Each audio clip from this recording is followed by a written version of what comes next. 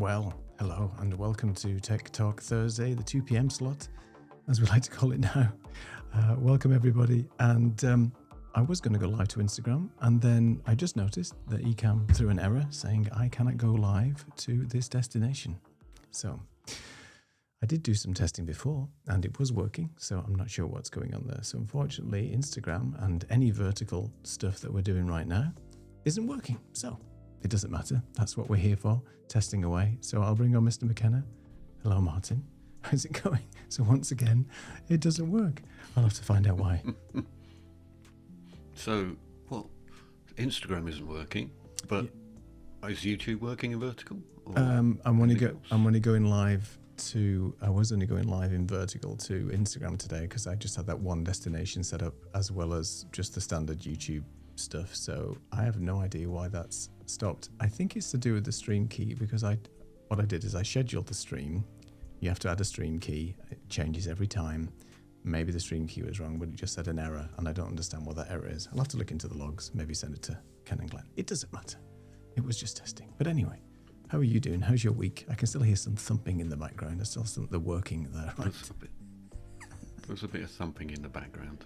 Hopefully there's no buzzing because I turned my telephone off, which my phone does do this sort of which is another tip for the top people, because you will never know that sound is coming through on your audio unless you're in some way, getting special headphones on and listening to some plug-in version of your own voice in the background. But turn your phone off before you start a stream, because I was on something earlier on today and somebody was saying, I can hear a noise. Where's that noise coming from? I said, I think that'll be my phone. And it was. Yeah, it's terrible. So you just have no idea that that's happening, and unless somebody is at the other end and actually mentions the fact that they can hear something, and immediately I knew, that will be my phone, because I'm sure that's happened in the past, that it just scans and somehow it comes through. I don't hear anything at all at my end, but the noise does pick up somewhere or other, so I don't know how that even works, but there we go. So we've been doing alpha testing this week. I don't know how much we're allowed to talk about, but I'm guessing we can talk more about it nowadays, because it would appear that everyone else is talking about it anyway.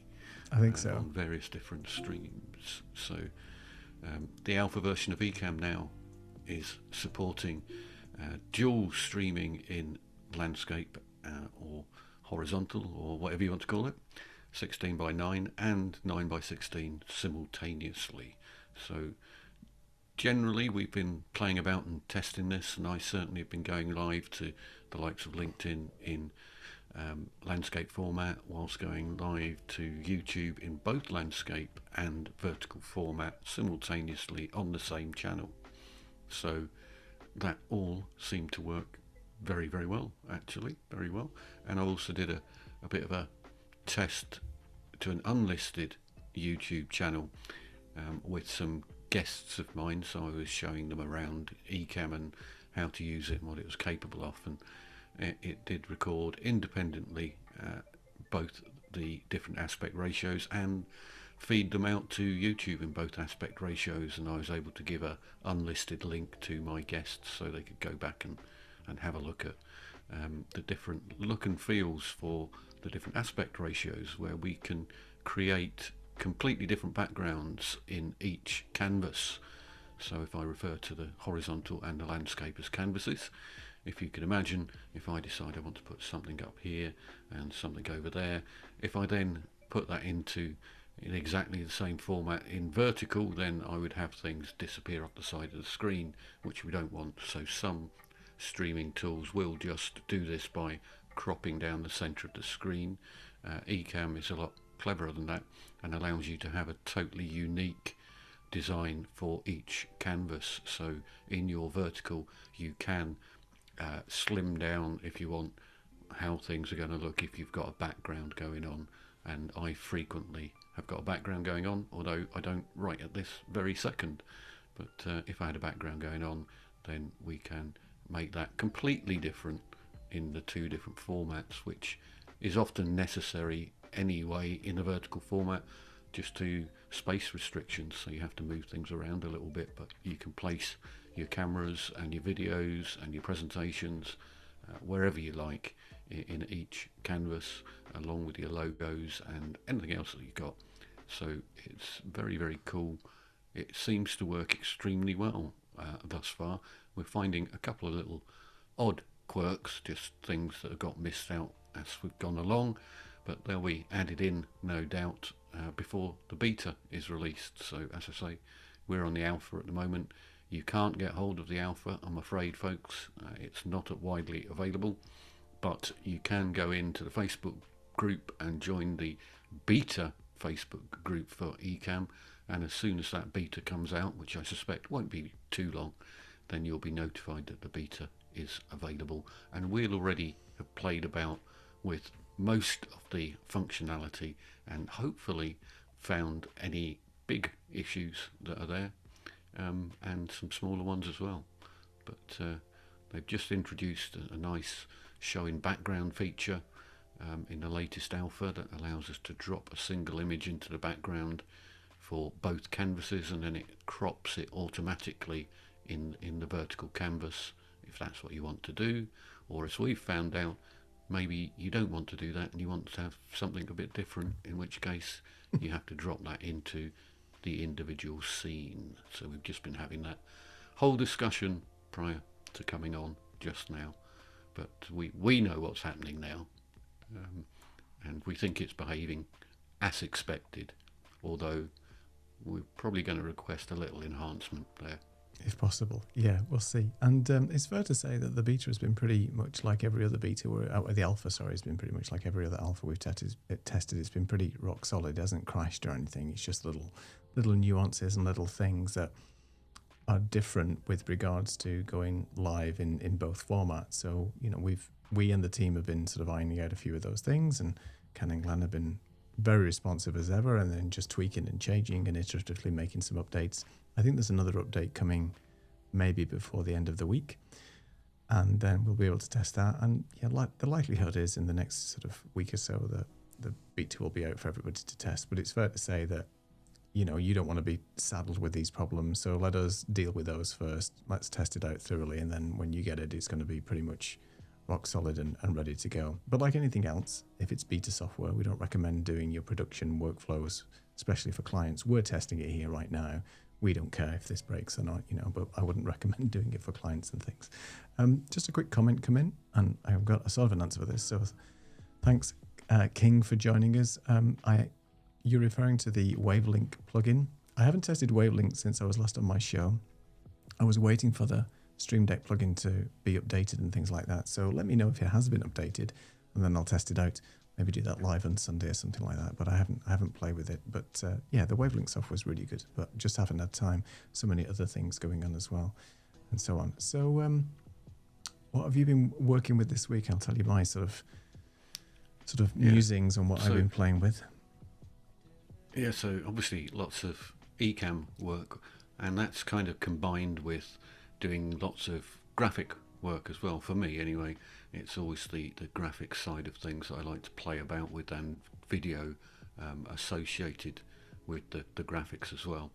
So the tools I've been using extensively are Photoshop's generative AI, which just recently has now included Nano Banana and another one that I'm going to forget the name of, but they allow you to use context aware generative fill. So previously, if I was taking an image perhaps of myself like this and I'd only got a vertical image, I could get it to generatively fill the background either side of me. Now I can do context aware generative fill, so I could say, hey, what I want you to do is change Martin's shirt to a green hoodie, and it would change that to a green hoodie, but I also want in the background to keep Martin where he is, but replace the background with a view of Edinburgh through a frosted window, and it would do that for me by changing the whole image using Nano Banana. You need to be a bit careful when swapping between the different generative fill modes, because that one wants you to fill the whole screen and change the whole screen, but you just say what you want to keep. If you only wanted to change a little bit of the picture or the image, then you want to use the Firefly generative fill, not the Nano Banana, because that will make a complete mess of your scene. So there's a bit of jumping about between those that needs to be done. I've been using quite a lot of Veed.io associated with that to create some cool little demo videos. So let's play a demo video because I just happen to have one down here. So this is a little demo video, and basically what I've done here is stitched together 2 5-second clips, and you can't see the gap between the clips, and then just generally moved back to my next scene and created some nice looking borders around that with all the different AI tools to create the different borders, etc. So doing a lot of that. They've upgraded Kittle this week, which is another tool that I use, and one of the reasons for mentioning Kittle specifically is on the countdown that Neil ran with the camera in the center of the picture. That was an image I created using something called Sets Generator in Kittle, and literally what you do is you drop in a reference image, and in my case it would be the background for Creator Cafe, and then I can say I want a camera, a microphone, a monitor, and anything else that I want, and it would generate a set of 6 matching icons, or 6 matching it can be 1080p by 1080p blocks, and they would all be perfectly matched in with the styling. It worked really, really well. So just when you think something's working really well, they decided to change the interface this week and remove that feature as it was. So previously all I did was drop in a reference image and then just say the words camera, monitor, microphone, whatever. It was really, really easy. Now they have improved it by giving you an infinite canvas. So you get an infinite canvas, you drop your reference image in, you then need to link another image via a little line or multiple lines, and that second image you can then put in a prompt for. But you don't just put in a prompt that says camera. What you do is put in a long prompt that says keep everything the same and follow the same styling and follow the same color palette and X, da, da, da, da, da. So it becomes quite a long prompt, and it will just generate one additional image. If you then want to create more, then you have to drop more images onto the canvas and then link them to your original reference image, and then put the long prompt in every single one of the other canvases as well. So it's gone from being a 2-second job to just type in the words camera, phone, whatever, to being a really lengthy and complicated process that involves you scrolling all over an infinite canvas and dropping things into it and putting in long prompts, and yeah, it works, and I guess it works well, but is it easier? No, absolutely not. And one of the reasons I was using Kittle extensively was because it was so simple and easy to use, and now they have upgraded it and made it way more complicated to achieve the same results. So I will go play about with it a bit more, but my initial impression is this is going to take me 3 or 4 times as long to do exactly what I've done previously. So yeah. And on Black Friday I did go through and upgrade all of my AI tools to higher levels of generations as well, so including Kittle, and now I'm thinking I'll maybe not be using it as much. So. And why do you think they've changed the workflows then? Have they just added more? I mean, obviously they're supposed to make it easy for people to generate this stuff. Is it just because they've upgraded the models and those models call for more either sophisticated prompts or different way of manipulating that? Because it used to be a really useful tool, and what you did was really good with it. But so what do you think the problem is with it? Well, I think what they've done is, I believe they've introduced more models. So in order to, I didn't get a choice of which model I was going to use previously. It just used whatever Kittle was using in the background. Now I suspect on each individual element on the artboard, I can probably choose a different model, so Nano Banana or Kling or whatever, as the tool that's going to regenerate my images for me, which for some people I guess might be quite good. But for me, what it was doing previously was it would look at my image and it would analyze it, and it would say, oh, that's futuristic, or that's realistic, or whatever it decided the image was, and then it would copy the traits of that automatically into the new image. Now what they've done is given you lots more flexibility, but it's flexibility I didn't really want or need, because it was already doing a fantastic job. So I guess the trade-off is I can now use multiple models and greater flexibility and da da da da da. But actually, I just wanted simplicity rather than flexibility. That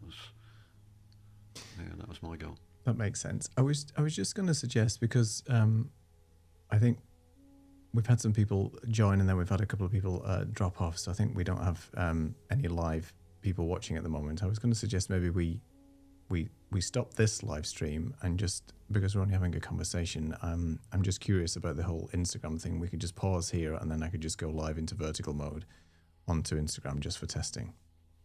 What do you think? Okay. Why not? We can just end just early. Rejoin. Yeah. Rejoin with a different Zoom link. No, you can stay there on the Zoom link. I'm just going to end the stream and then I'm just going to start it again. So you can just stay right where you are. I'm just going to end this stream and then I'll be back in a second. Okay. So stay where you are. Bye, everyone.